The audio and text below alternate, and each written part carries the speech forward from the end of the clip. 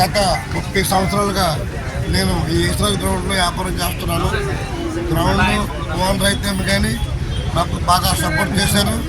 అలాగే ఇప్పుడు కమిషనర్ గారు, సిపి గారు చాలా సపోర్ట్ చేశారు. ఏసీపీ గారు కూడా చాలా సపోర్ట్ చేశారు. ట్రాఫిక్ సిఐ గారు, మా స్టేషన్ సిఐ గారు, అలాగే టాస్క్ ఫోర్స్ అందరూ అఫీషియల్ అందరూ కూడా చాలా ఆనందంగా మమ్మల్ని 7 సంవత్సరాలు వ్యాపారం చేయించారు. జీవీఎంసీ వారు అయితే రూపాయి కట్టించుకోకుండా మాకు వ్యాపారం చేయించారు.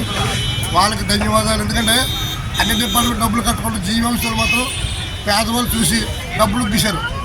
అంటే 1,60,000 తీసుకుంటారు. ఇవన్నీ కాదు చెప్తున్నాను సార్.